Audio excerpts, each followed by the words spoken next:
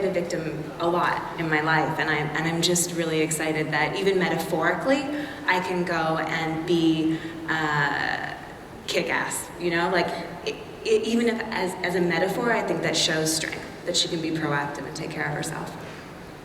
All right, let's go to your questions. Is there anyone? Go ahead. Hello? Yes. First off, thank you very much. All of you have been such great role models for the up-and-coming generation of women. My question is for the whole panel. As women in the entertainment industry, are there other women whose work you really enjoy? Producers, writers, other actresses? Yeah. Everybody here. Yeah. Action idols. Do you have an action idol? Sigourney Weaver is really incredible. Yeah, none of us can get beyond Sigourney.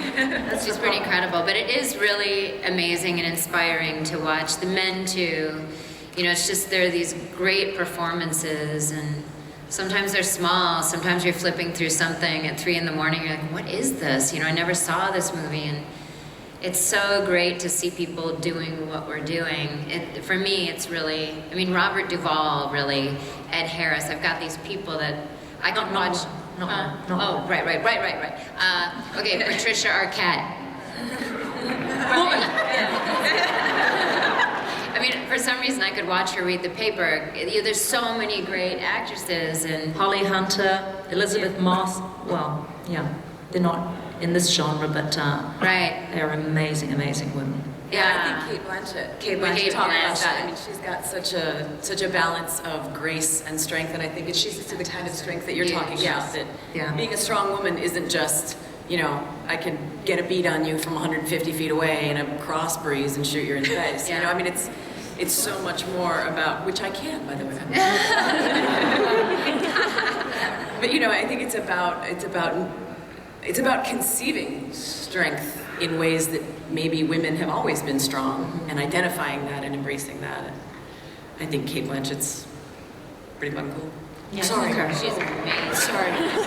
Your card? Sorry, I was warned. I apologize. yeah, it I take says full in the- responsibility. Oh, We do have a warning. For thank the audience you. members who are under 18 years of age, I apologize. Next question. And that has been stressing me out, by the way. all the things I can't talk about because of that line. Hi, my question is for Kristen. Huge fan of Pam, loved her since the beginning. And as you said that you have not really had to be as naked as the other humans on the show, well, or vampires.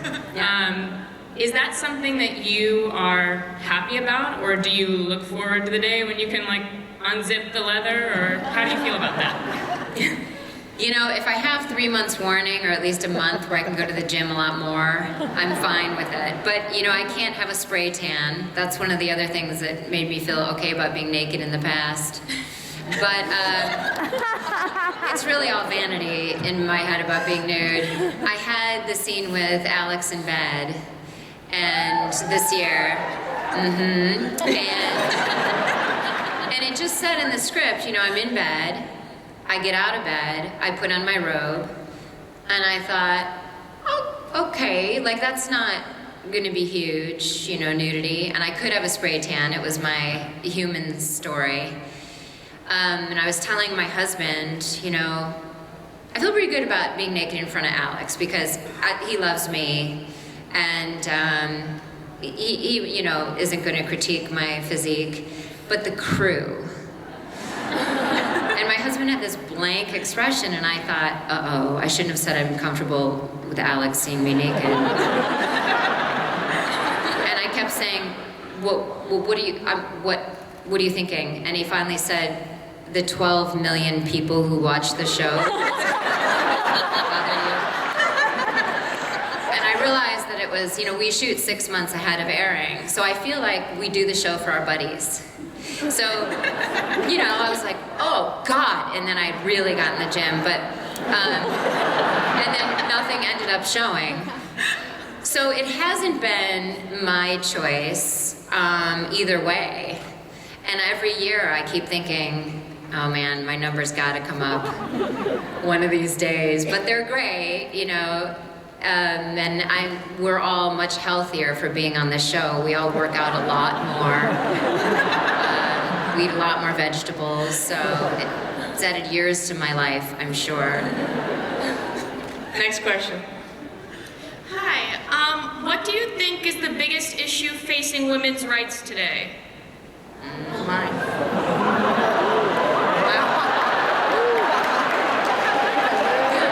Where to start?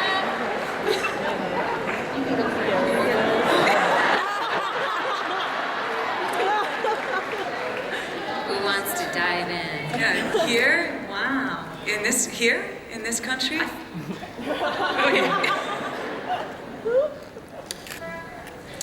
Maybe the same thing against, all things. Somebody said to me today, where's the outrage? Like these days, if you want justice, I'm afraid you have to go get it, whether that's climate justice, social justice, whatever it is. Unfortunately now, you're going to have to stand up and demand it.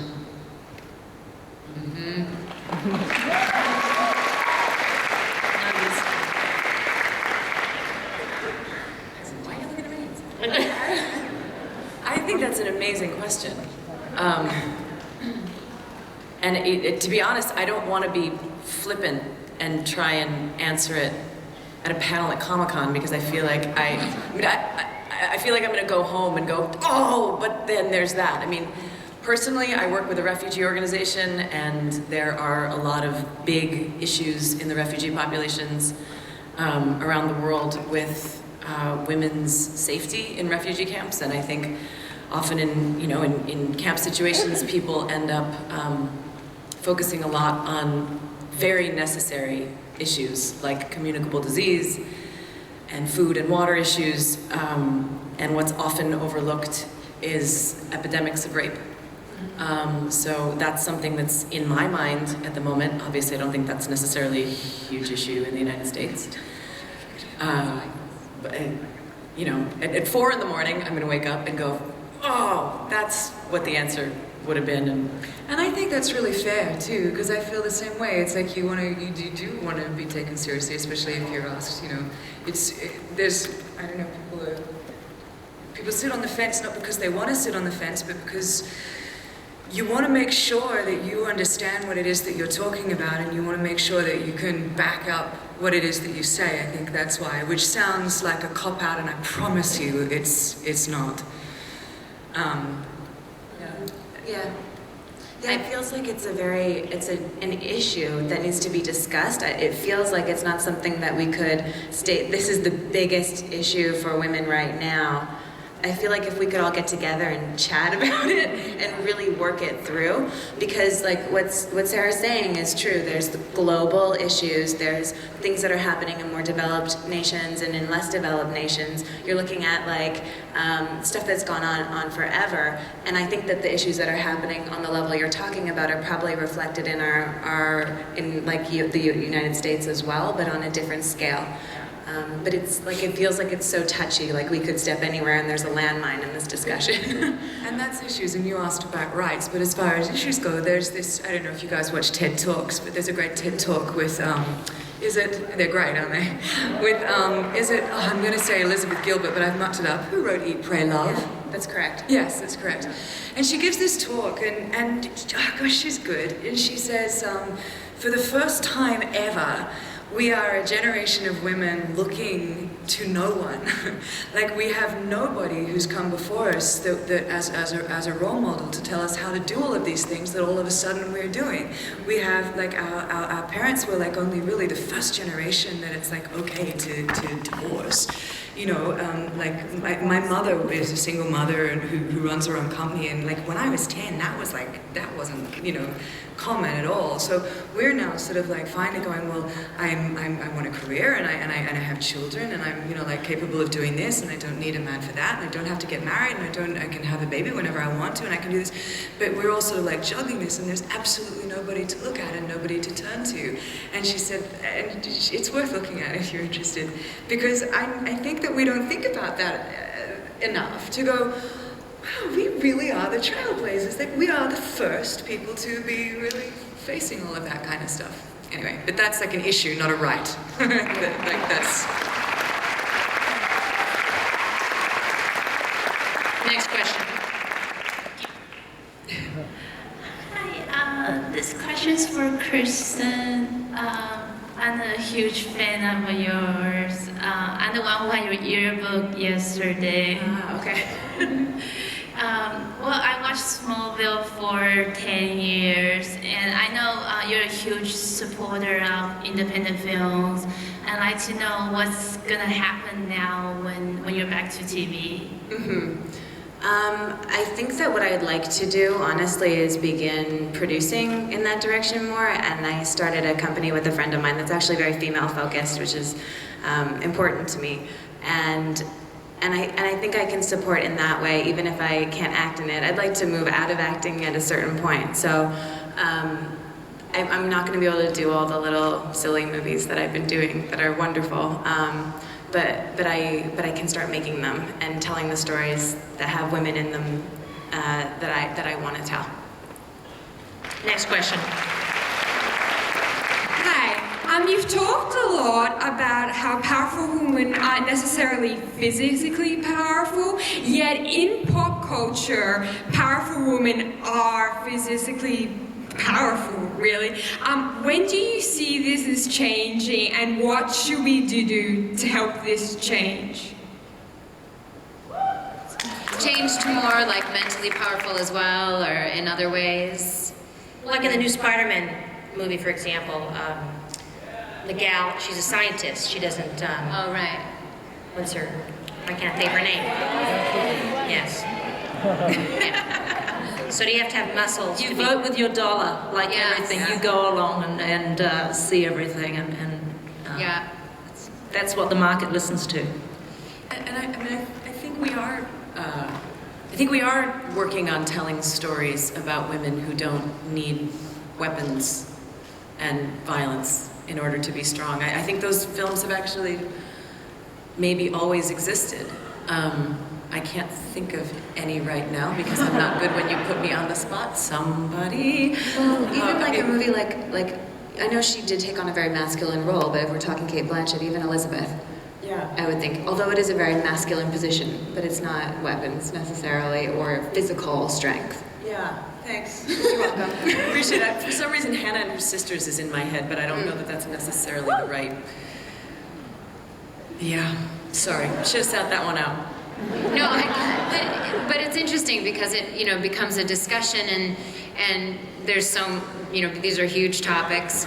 You know, Lucy and I do a lot of rights for environment, and I do animals and refugee, and so I just keep, one of the things that I keep saying in life is that there's rights issues are so local to that species and to that person and that income bracket and that upbringing, and so there really isn't one answer for everybody, but I just always want to inspire people, and here we're inspiring women, sorry men, but we're inspiring you too, to whatever your passion is, if it's women's rights in this country or another country, or mine is the African elephant this year, just to be curious, find some time in your day to actually vote with your dollars, support and believe in, and just kick it up a notch, care a little more, because in our lives when we see that in women around us, and we can have discussions like this and a panel like this and shows like this, it all contributes and leads to a tipping point. So art and life have that symbiotic relationship. So just whatever you're interested in, Earth needs all of your passions.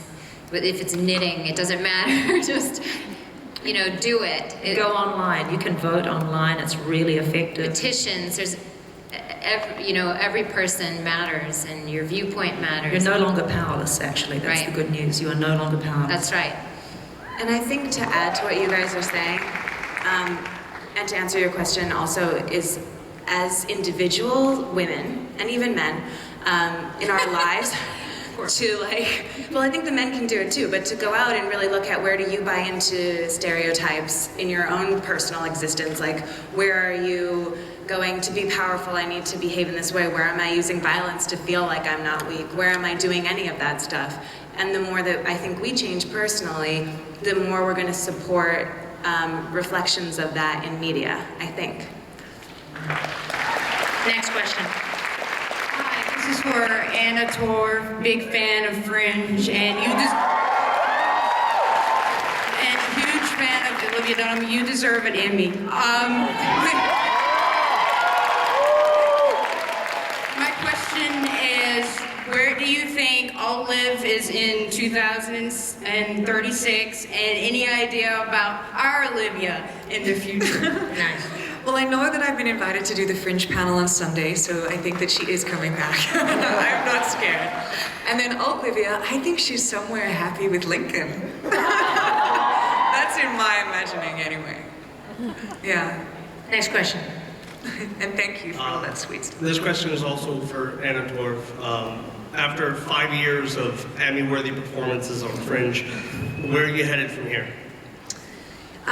You know, I'm so grateful that we've got the opportunity to go into season 5 knowing that this is our final season. So right at this point, I just want to finish the game, you know. And I think that all the departments are wanting that too. I think that the writers are wanting to deliver like a good ending, and they're wanting to serve the show and the audience that have been following us. And I just want to finish the game, and then I think I'll have to take a deep breath and kind of take a minute to shake her off. You play someone for a few years, and you know it takes a little bit of time to let go. So then I'll take a deep breath and look to the future. I don't know what's in store. I'm excited though. Do you know how it will end? Have they given you a tip off? Yes, they told me how. No, I don't know. That was so believable too. Next question. Hi, this is actually for everyone. I was curious about the relationship you have with your writers, the general makeup, or how often you work with female writers, and how important that is to you, and if you can tell when a line comes to you, if it's written by a guy or a female. We only have a couple of female writers on our show, and the way that our show works is that people, like a couple of writers will write each script, so you know that it's theirs. And more often than not, actually, you can feel it. I can anyway. We've got two, wow, great hair. Sorry, I just looked at it. It's awesome. We have 2 writers for season 3 on The Walking Dead. They are amazing, and they're very powerful. We don't have enough women directing, in my opinion. We have had quite a few, but those are the numbers that I would like to balance, because the women that we've had to come in to direct have been powerhouses, and there are so few. So that's my wish. Yes, an interesting question though. Can you tell dialogue that's been written by a male versus a female? It's like, oh, the dude wrote that. I can. I can. You can? No, I can tell dialogue that's written by a parent or not a parent. Yeah. About kids, but no.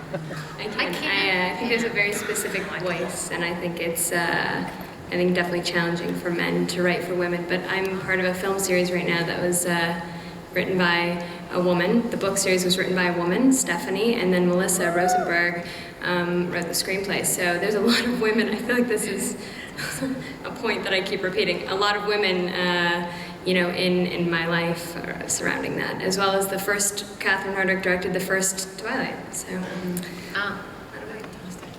we have 6 writers right now, and 2 of them are women, but I can't tell the difference.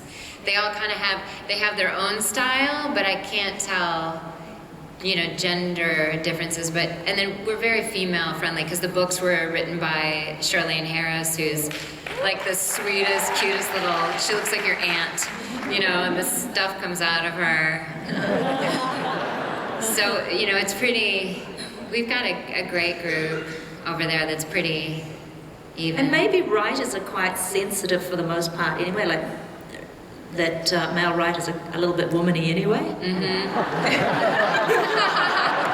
I'm going to tell them you said that.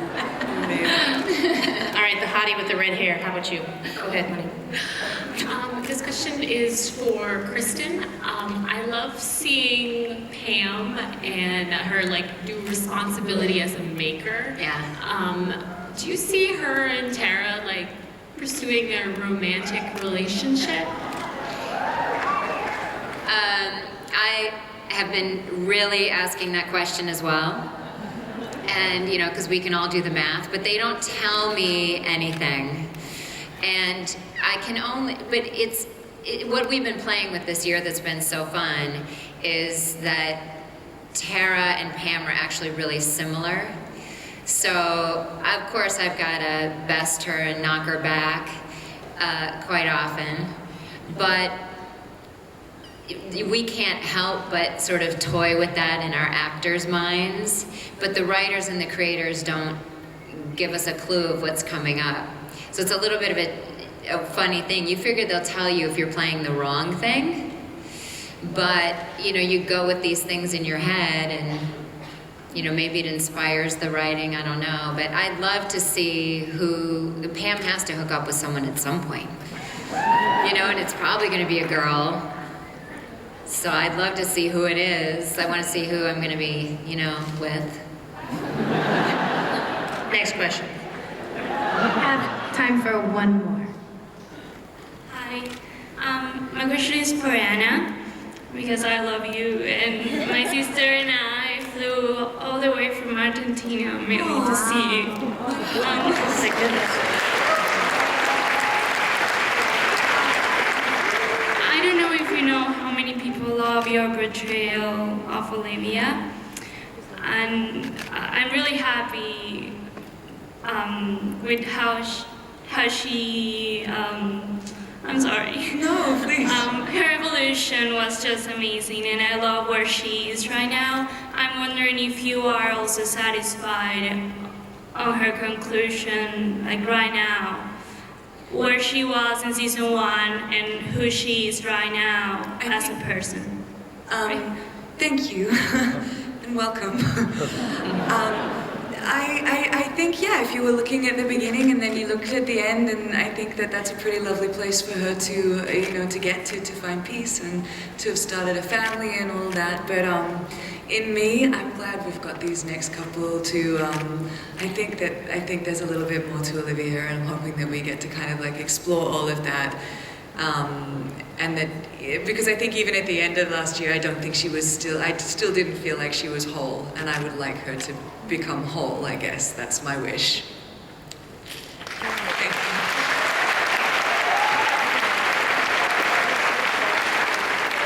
you. Really, you don't want me to take any more standing there?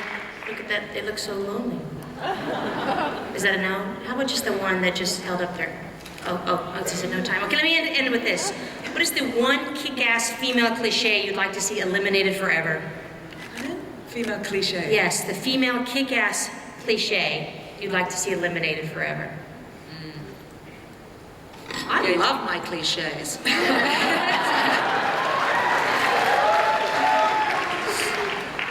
And thanks to the sci-fi community for being so good to us, to women in volunteers. What's your, Kristen? Well, there was, and it's just an auditioning thing that I'm no good at auditioning for this role. And then I realized, well, then again, I'm kind of playing that role.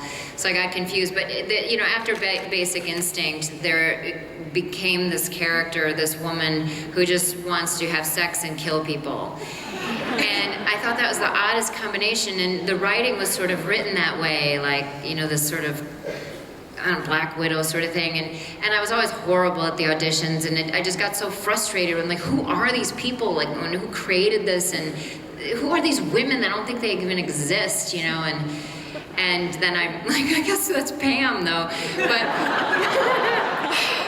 But yeah, I don't want to audition for that. It's when it's written in the cliche way. I guess Pam is just written better. Anna, what about you? Oh, I can't think. Can we come? Yeah, we can come back to you, Sarah. It's your turn.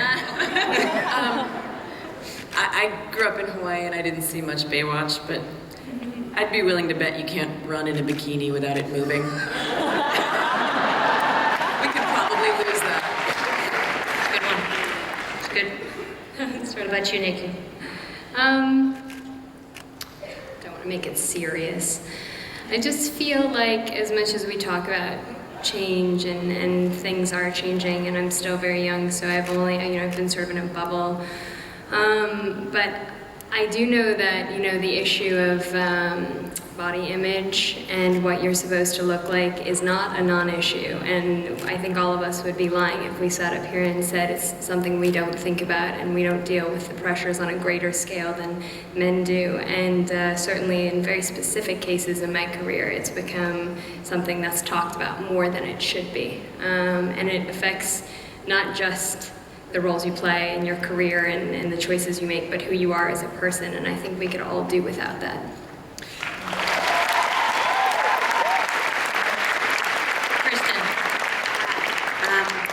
I agree with what Nikki's saying very strongly. I think that's really important. That the stereotype of a certain kind of a body type being beautiful or whatever, I think we need to change that. And I think I've said already, I think it's important that we change our concepts of what strength and weakness are, and that an emotional woman is not a weak woman, and that a strong woman is not just someone who can, hurt someone physically. I think that's important too.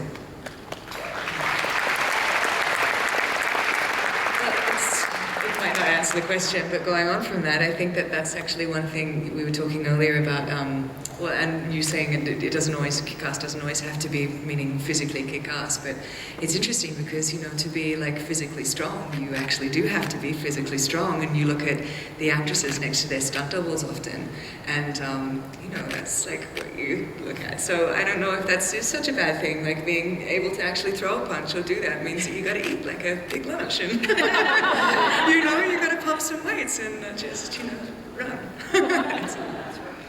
All right, let's all pray that Lucy doesn't go into prison. Thank you so much.